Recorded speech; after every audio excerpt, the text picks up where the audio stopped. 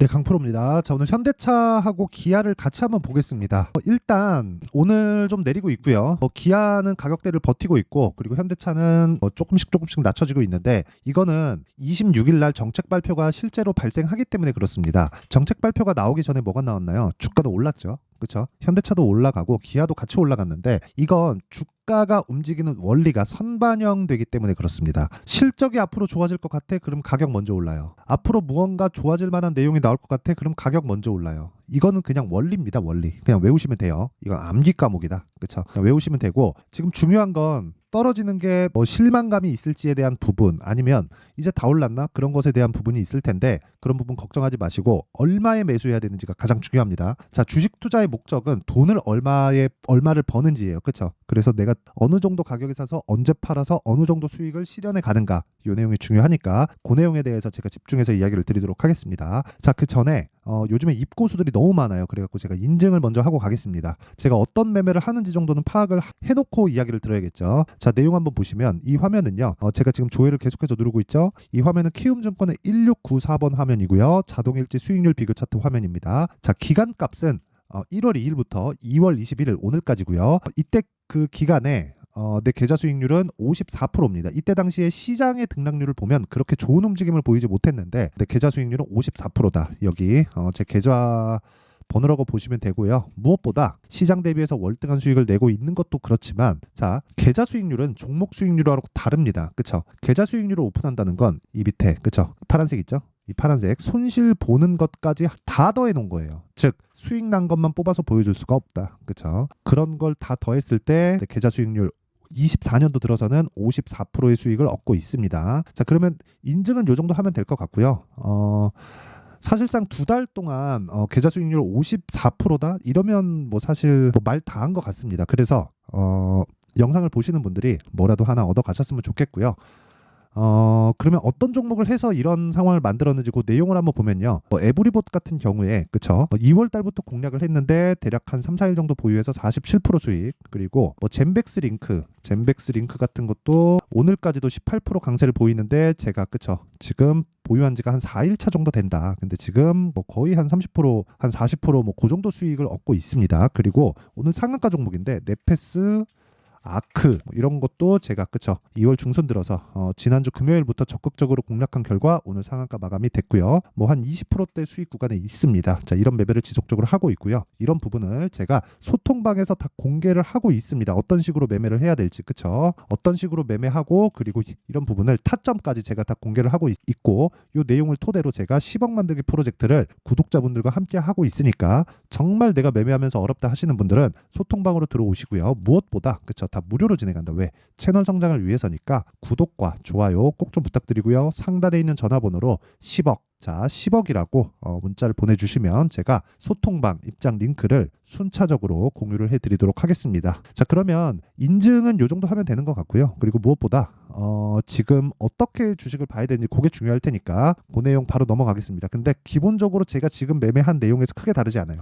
이 내용을 기반해서 제가 이야기를 드릴 거예요. 자, 잘 보세요. 제가 선반영이라는 이야기를 드렸습니다. 그 선반영은 무엇에 대한 선반영인가요? 정부 정책에 대한 선반영입니다. 현대차가 지금 올라갔어요. 실적이 좋아지는 부분 물론 있겠죠. 근데 이것보다 더 중요한 게 있죠. 실적은 지금보다 앞으로가 더 좋아져야 돼요. 그렇죠? 이게 실적이 좋아진다는 내용입니다. 근데 사람들이 잘못 이해해요. 지금 실적 좋은 걸 삽니다. 자, 그렇다 보니까 선반영이라는 부분을 지금 실적 좋은 것과 합산시켜서 보잖아요. 그럼 주가가 비싸집니다. 그렇죠? 근데 이걸 아이러니하게도 밸류에이션을 딱 계산해 보면 그렇게 비싸지 않게 계산이 되는 거예요. 자, 그래서 제가 이해를 돕기 위해서 요거 하나를 먼저 보여드릴게요. 삼성전자입니다. 삼성전자를 보잖아요. 그럼 지금 주가가 어때요? 뭔가 8만 원. 그쵸? 이거 제가 주봉으로 보여드릴게요. 21년도에 9만 6천 원까지 올라갔죠. 근데 지금 7만 원입니다. 이때 1년, 2년, 3년이 됐는데 3년 동안의 실적 한번 보죠, 우리. 이거 진짜 중요한 거니까 반드시 알고 가셔야 됩니다. 이걸 이해하지 못하면 주식시장 진짜 어려워져요. 자, 보세요. 21년도의 실적, 21년 초에요. 21년도의 결산 실적은 22년 초에 나옵니다. 자, 그러면 21년도는 51조입니다, 실적이. 근데 22년도는 43조예요. 자, 그러면 5년치 한번 볼게요. 21년도는 51조, 전에는 35조예요. 그렇죠. 그렇다는 건 35조에서 50조까지 30% 이상의 실적 증가가 이루어졌는데도 불구하고 주가는 21년 초에 고가 찍고 빠졌다. 얼마 동안? 거의 한 2년을 빠졌을 겁니다. 그렇죠. 자, 보세요. 1년, 거의 한 1년 한 6, 7개월? 한 7, 8개월? 그 정도 빠졌죠. 실적은 21년도에 분기마다 나오잖아요. 이때마다 서프라이즈예요. 근데 주가는 계속 빠져. 1년 내내 빠집니다. 그것도 반토막이나 빠져요. 하이닉스도 비슷하죠. 하이닉스도. 보세요. 정확하게 이때 딱 찍고 나서, 그쵸? 11년에 딱 찍고 나서 빠지잖아요. 이게 무슨 얘기겠습니까? 주식은 선반영한다는 거잖아요. 실적도 그렇고 정책에 대한 방향, 어떤 호재에 대한 것도 모두 다 주가는 반영하고 있다. 자, 그러면 이 내용을 가지고 우리가 생각을 한번 해보자고요. 지금 하이닉스나 그런 것보다 현대차나 기아를 이야기하고 있었으니까 현대차가 지금 반영하고자 하는 게 뭡니까? 26일 날 나오는 정책에 대한 부분이에요. 저PBR 관련된 정책. 이것에 대해서 좋게 나오고 나쁘게 나올지에 대한 부분은 우리가 알 수 있어요? 없습니다. 근데 이거 하나는 알 수 있죠. 배당을 늘린다? 그런다고 시장의 기대치를 충족할 수 있을까요? 배당을 한 50%씩 줄 건가? 아니잖아요. 그렇죠? 우리는 주가가 올라가는 걸 원하는 거지 배당을 많이 받으려고 주식을 하는 게 아닙니다. 그렇죠? 이 부분 반드시 기억을 하시고 이 부분에 대해서 나 배당이라도 많이 받으면 좋은데? 이렇게 보시는 분들이 있을 텐데 삐딱선 타지 않으셨으면 좋겠고 우리가 돈을 버는 가장 빠른 길은 시세 차익을 먹는 겁니다. 그래서 시세 차익 관련해서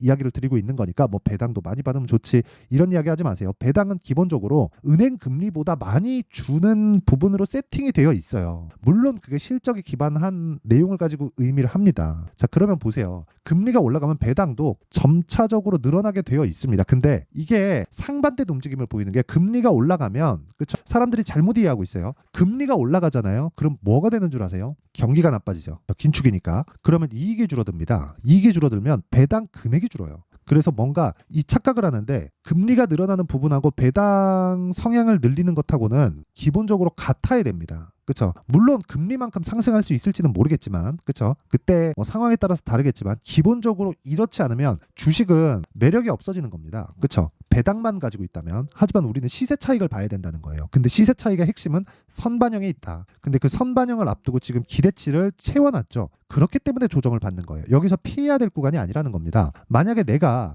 이 구간에 딱 보고 내가 지금부터 타점을 잡는 거지 여기서부터 정책 발표가 좋게 나올 거야 그걸 가지고 이야기를 드리는 게 아니라는 거예요. 이걸 잘못 이해하면 진짜 주식하면서 정말 어려워집니다. 근데 한 가지 내용을 보셔야 되는 게 그 첫 번째 시작점이 있겠죠. 그게 신고가입니다. 자, 신고가를 만들게 현대차는 언제예요? 2월 달입니다. 기아차는 언제예요? 12월 달입니다. 이 얘기 다 했죠. 기아차가 실적이 더 좋다는 겁니다. 이게 끝이에요. 주식은 이렇게 이해하는 게 끝입니다. 자, 근데 어떤 정책이 나와야 될까? 그 부분만 한번 알아보고 갈게요. 자, 그러면 우리 미증시를 한번 봐야 되는데 시가총액 순으로 한번 볼게요. 마이크로소프트 1등, 애플 2등, 아마존, 엔비디아가 좀 내려서 아마존이 3등이 됐습니다. 요 세 가지만 딱 볼게요. 이 세 가지를 보면 우리가 제가 뭘 볼 거냐면 주식 수를 볼 거예요. 주식 수를. 자, 보세요. 여기 보시면 일단 마이크로소프트. 자, 보세요. 2년 동안 뭐가 됐나요? 유통 주식 수가 계속 줄어요. 왜 그럴까요? 대주주와 소액주주 간에 이익을 보는 기준치가 같기 때문에 그렇습니다. 이 끝이에요. 그렇죠? 근데 한국은 뭐가 있어요? 오너의 개념이 있다. 이거 마이크로소프트가 아니라 애플도 그렇고요. 여기 애플도 보면 계속해서 줄죠. 그렇죠? 계속 줄어요. 그리고 아까 전에 아마존이죠. 아마존, 여기 아마존 딱 보잖아요. 이건 좀 느네요. 그렇죠? 이건 좀 느는데 그만큼 주가가 최근 들어서 그쵸 23년도부터는 그 나스닥이 반등하면서 그쵸 반등을 하기는 했지만 아마존은 경기에 대해서 좀 직격탄을 맞고 있다 이렇게 보시면 되고 무엇보다 기반이 되는 게 중요한데 그 기반이 되는 건 주식 수를 줄여가는 거다. 그러려면 본격적으로 우리가 보고 나와야 되는 건 뭐가 나와야겠습니까? 대주주와 소액주주 간에 이익을 보는 기준치가 맞아야 된다는 거예요. 근데 한국 시장에서 그걸 만들 수 있을까요? 한국 시장은 오너의 개념이 있는데 그 오너의 개념을 깰 수 있을까요? 그거 모르잖아요. 깼으면 좋겠지만 그쵸 우리 입장에선 깼으면 좋겠죠. 근데 그게 진짜 깨질지 아니면 못 깰지에 대해서는 우리가 알 수 없는 부분이니까 그쵸 신고가를 만들고 눌림목을 확인하고 그리고 나서 확인한 후에 반등을 확인한 후에 우리가 매매하는 거다. 그랬을 때 아까 전에 제가 말씀드렸었던 여기 이건 정말 중요한 화면입니다. 제가 저 돈 많이 벌었어 이거 자랑하는 게 아니라 기본적으로 그렇잖아요. 적게 깨지고 많이 먹어야 수익이 늘 거 아닙니까? 이 얘기를 드리려고 제가 이거 오픈하고 인증을 하는 거예요. 다들 종목 가지고 내가 뭘 말했다 이렇게 얘기하잖아요. 계좌가라고 해보세요. 이런 내용이 나오는가? 그래서 이야기를 드리는 거고, 이런 내용을 이해를 했을 때 우리가 어떤 매매를 할 수 있는지 그 내용부터 제가 확인시켜 드리고 가겠습니다. 이거는 반드시 이해를 하고 가셔야 됩니다. 자, 이 화면은요, 키움증권의 0606 화면이고요. 자동일지 차트 화면입니다. 실제 제가 언제 매수하고 언제 팔았는지가 다 기록이 됩니다. 그쵸? 뭐 사피엔 반도체 같은 경우에는 제가 이틀 전 월요일이죠. 월요일날 제가 신규 상장할 때 시가에 공략한 내용이 있고요. 그쵸? 시장가 매수. 창시작 전에 누구나 살 수 있게 가격대를 정해준다. 그쵸? 사피엔 반도체 매수 들어갔죠? 그리고 어저께 매도한 결과 어떻게 됐습니까? 27% 수익. 이거 분봉 타점 보면 깜짝 놀라실 겁니다. 그리고 타점 공개한다는 건 제가 다 보여드리는 거예요. 자, 정확하게 시가 매수, 어저께 고가 확인하고 매도. 예상하지 않는다는 거죠. 그리고 떨어지면 미련 없이 판다. 왜?